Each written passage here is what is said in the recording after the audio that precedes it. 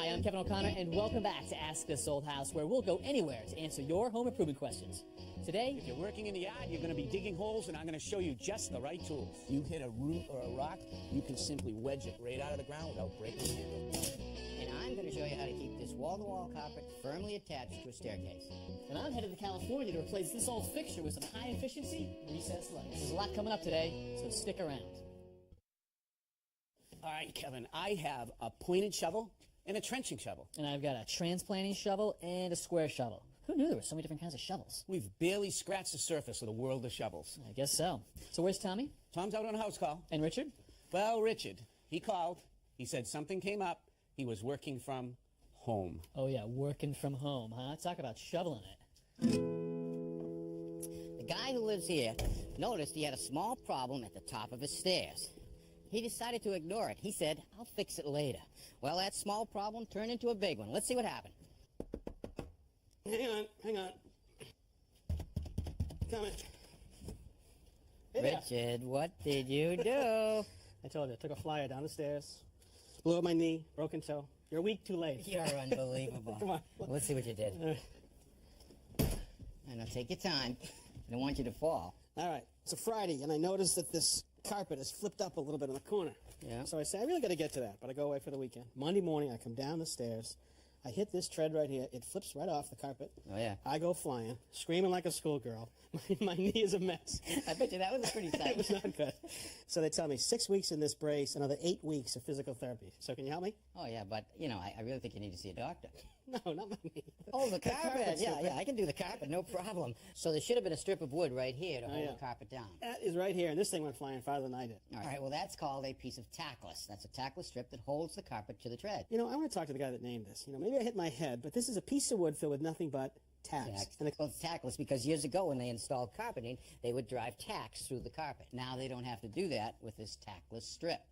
All right, now this piece of wood is loaded with tips of nails that are on an angle, all right, and you point those to the wall that you want to attach the carpet to. On the bottom, there are tiny little ring shank nails. The ring shank nails are driven into the tread. Now, I want to make sure when I install the tackless, I don't take the ring shank nails and drive them in the same holes. They won't hold. So what I'm going to do is take the tackless strip and slide it about 1/4 of an inch to the left. Then I'm just going to tack it down.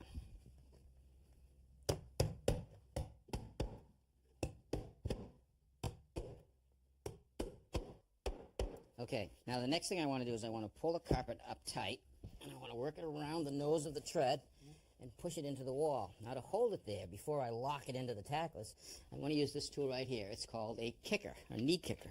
It's padded on this end right here. And this end right here, you can see these little tacks sticking out. The big ones are adjustable, so depending on the thickness of the pile of the carpet, you can get down into the pad. All right, so now I'm going to adjust that right about there. I'm going to take the kicker, drop it on the carpet, and I'm going to push in and push on it. Now you can see that it's nice and tight here. Now I simply take my chisel, and I'm going to move down, close, drive it in again, kick it again.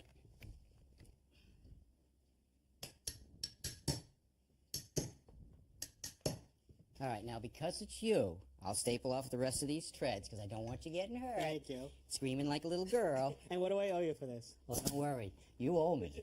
You'll pay one way or the other.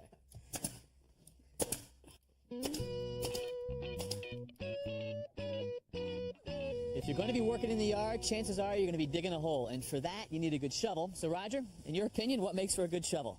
Well, there's several choices, Kevin. Let's start off with a classic wooden shovel. This handle can split and check from the winter. In fact, if you look right there, there's a crack in this one already.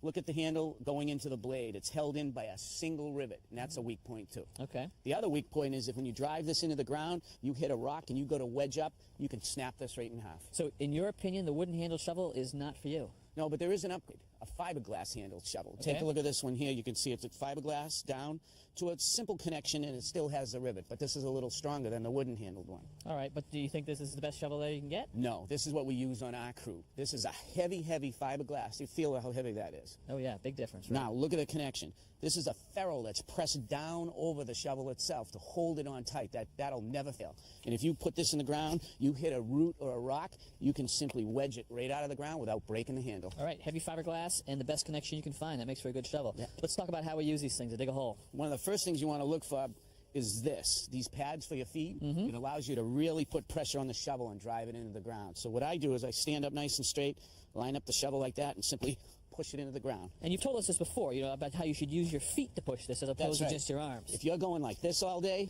you're going to be done, burnt out in a very short time. All right. So now when we're digging, we might hit some obstructions where the shovel's not the best tool to deal with them because there are other tools out there. Right. So what we have here is a grub hoe. This has a blade end on one side for cutting roots and a pick end for loosening soil. A lot of times the ground's so hard you can't even get the shovel in it. So you simply take this, drive it in, loosen the ground up, and then you're ready to dig. Okay, and then you've got another one right next to it which is similar but a little different? Right. Now this has an axe end on it. You wouldn't want to take your good axe and come out and cut roots, but if you hit a root in the ground like this, you just take your grub axe and cut right through it and make short work of it. Actually happens quite frequently when you're digging around bushes and such. All right. You've got a big iron bar here. When does this guy come into play? Anytime you hit a rock, you don't want to use your shovel, take a chance on injuring it. Take a look at this. On one end we have a blade, on the other end we have a point, and this will make short work of any rocks that you might hit in the ground. All right, well, let's dig ourselves a hole here. I'll get the shovel. All right, Kevin, say we want to dig a hole this big. Now, rather than start outside and work in, you're going to dig a little hole in the middle, make it easier for you to dig. Now, get rid of that and make a pile over here and start working from the center out. And dig that out, straight back when you lift. There's some roots showing up. Kev, your form is great. You got a straight back, you're driving it in with your foot, and then you're using the handle to pry the dirt out and lift. I get a 10 from the landscaping judge. I wouldn't say a 10. Oh, come on. All right, Roger, we're down pretty deep. Kevin, if I only had the choice of 2 shovels, my second one would be the square shovel. Nice steel edge. Not great for digging. It's kind of hard to drive into the ground, but when it comes to cleaning up material, it's perfect. Easy to move that dirt. You got a good shovelful there. All right. Not so bad, huh? No, it works really well. You know what I like best about that shovel, Roger? What's that? It's in your hands.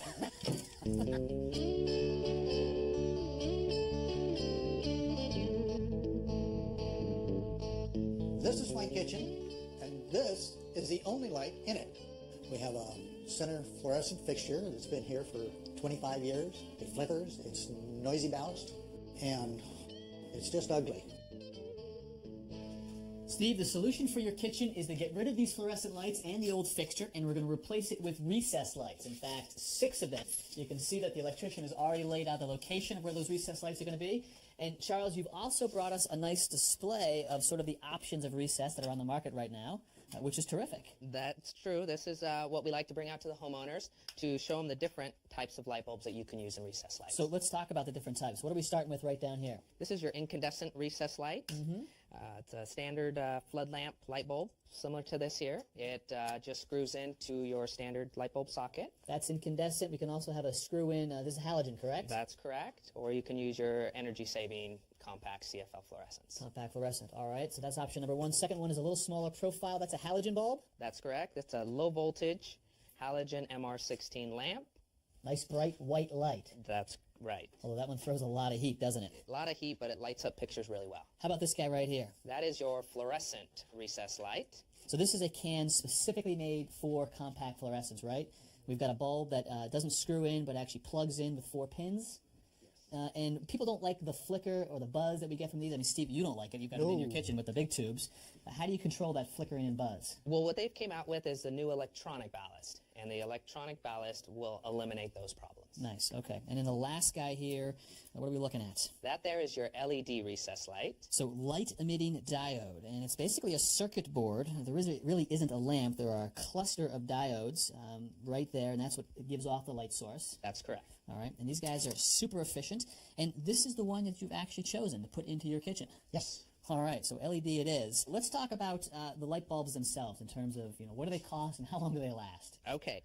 This bulb here is roughly around $5, and it lasts about 2 to 3 years. Okay. How about the halogen? This one's about the same price and about the same lifespan. All right, and then the compact fluorescent bulb? That one there is roughly about $10 for the lamp and lasts you 5 to 7 years. Right, and then finally the LED and our winner for today? That one is $100. Wow. But it lasts you up to 15 years, if not more. So a lot more expense in the bulb. It's going to last a lot longer. And part of the story here, too, is efficiency, right? This uses a lot less electricity. How does this compare to, say, an incandescent bulb? Well, an incandescent is roughly, this bulb here is about 65 watts. That's only 10 watts. So a fraction of the electricity. Yes, Wow, so that's like 80% less electricity to run this bulb. that's correct. So even though you're paying more on the front end, you're actually going to save in the long run. Let's get them in. And it all starts with taking out this old fluorescent fixture. Let's go. First thing I did, Kevin, is I turned off the circuit breaker to make sure that everything is off and safe. Next thing we'll do is slowly remove the lens to the fluorescent fixture. Pass that down. We'll get rid of that for you. Now the lamps.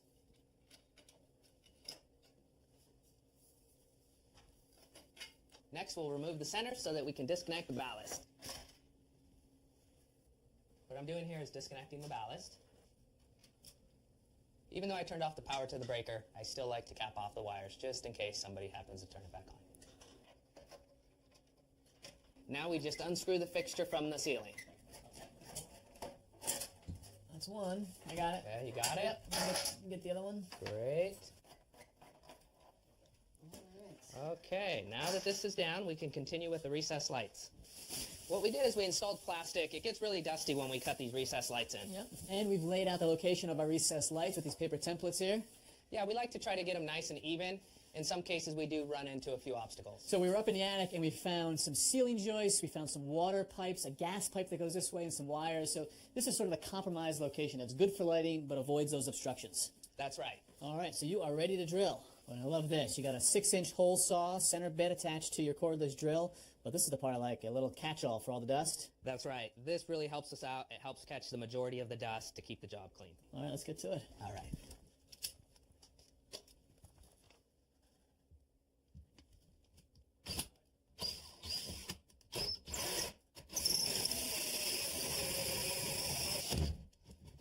There, we made it.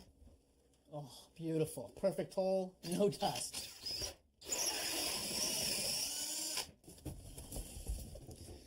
Here you go. Holes are cut. Now we're ready to install the recessed lights. What we'll be doing is running Romex 14-2 to each light fixture. It's called 14-2 because it's 14 gauge, 2 conductor with 1 ground. Right. Okay, so what I'm going to do now is I'm going to tape it to the end of my fish stick. I'm going to ask you to help me out, and I'm going to fish it on across the ceiling from light hole to light hole. Now we've attached the wire to the fish stick, and I'll be able to fish it down to you and save you from going in the attic. Me from going in the attic. That's right. Save you from going in the attic. Does it. Okay. Ah, there it is.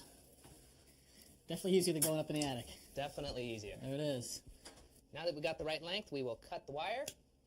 Our next light is a little closer. We won't need the fish sticks, and I'll just fish it across myself. Look at that. Nothing to it. Thank you. I like fish sticks.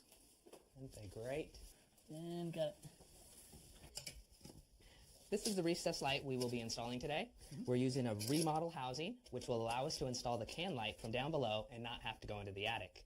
It's IC rated, which will allow us to bring insulation all the way up to it, and it's also thermally protected. In case it ever overheats, it'll shut itself off. Now I'm going to connect the Romex to the can light. Right.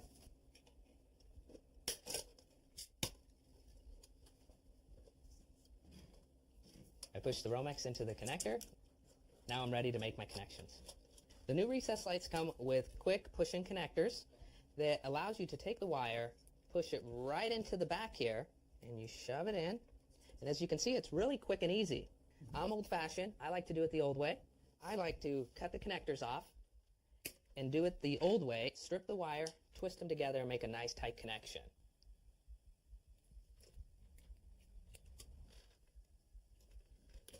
Next, we'll twist the wires together. We will add the wire nut and make a nice tight connection. As you can see, you can pull on it and the connection will not come apart. We finished connecting the neutral white wire. Now we'll connect black to black. The black will be our power wire or our switched wire. Next, this is our ground wire. that we're connecting together, the 2 copper wires. Okay, now we made nice tight connections on all our wires. Now we just tuck the wires back into this junction box, nice and neat. Okay, now we have the wires nice and tucked in there. Now we can install the cover to the junction box.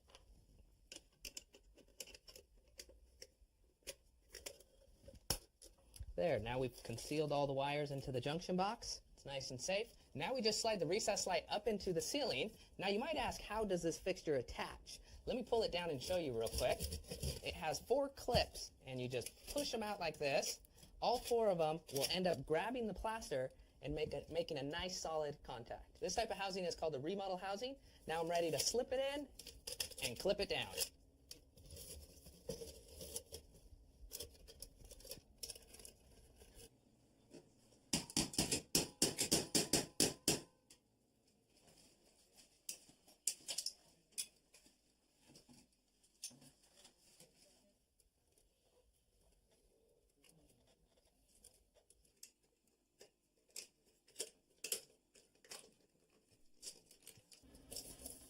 All right, that is our last recessed light in place.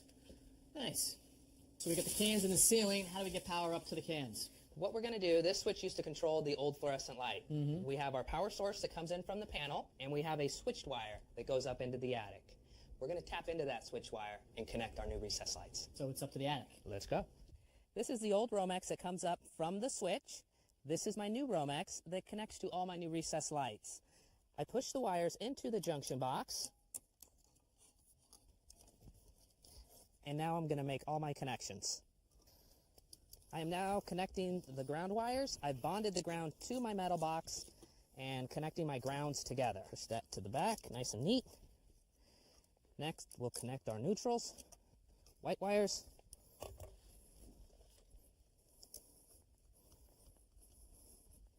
I'm now making up the connection that will connect the old switch wire to the new switch wire. Push them back in the box nice and neat. The old Romex coming up from the switch has an extra conductor. We will not need it in this case. We just cap it off so it's nice and safe. Push it into the junction box. Put the cover on. And we're ready to go and turn the new lights on. Okay, so I'm going to connect the last trim. I'm going to connect my ground wire to a wing nut that's on the housing.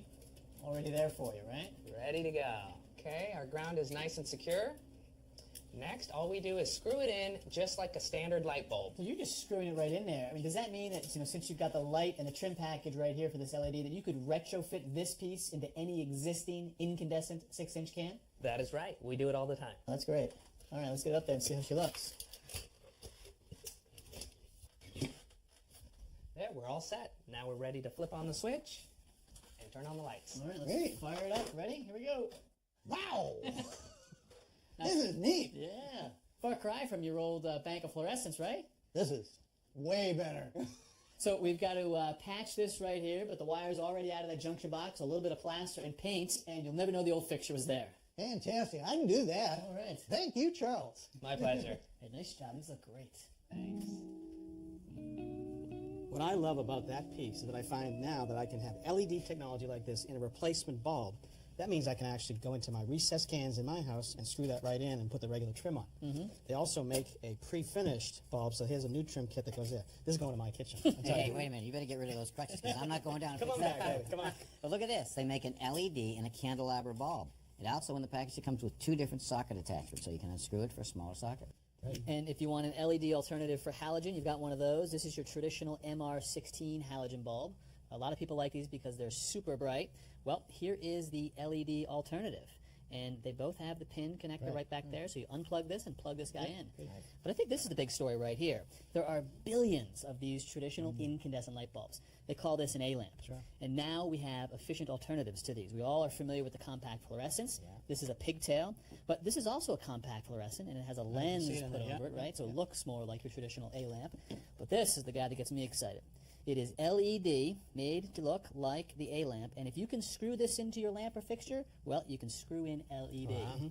Yeah. So we're getting higher efficiency and longer lasting bulbs. Well, it's a great story. It's only getting better, and to boot, in about a year and a half, you're not going to be able to buy incandescent bulbs. So, Say bye-bye. yeah. All right. Well, until next time, I'm Kevin O'Connor. I'm Richard Thuy. I'm Roger Cook. And I'm Tom Silver. For Ask This Old House. Kevin, thanks for shedding some light on the subject. Yeah, full of bright ideas. Next time on Ask This Old House, we are out on the road solving your home improvement projects. The problem is this under the radiator over here. There seems to be some water damage. yeah. Must have leaked at one point, but A leaky old radiator. Made a mess of this floor, and I'm going to make it beautiful. And I'm helping a couple save money on their energy bill by installing a high-efficiency furnace and air conditioner. You are going to save some energy. You're going to become a lot better than that electric basement. That's next time. Ask This Old House. If you have a question about your house or a tip you'd like to share, please let us know. Visit our website, pbs.org, for expert advice, step-by-step videos, and much more. This Old House magazine, the companion to the television series, provides advice from our experts that you've come to know. You can use your credit card to order 10 monthly issues for $10 by calling 1-800-221-5900.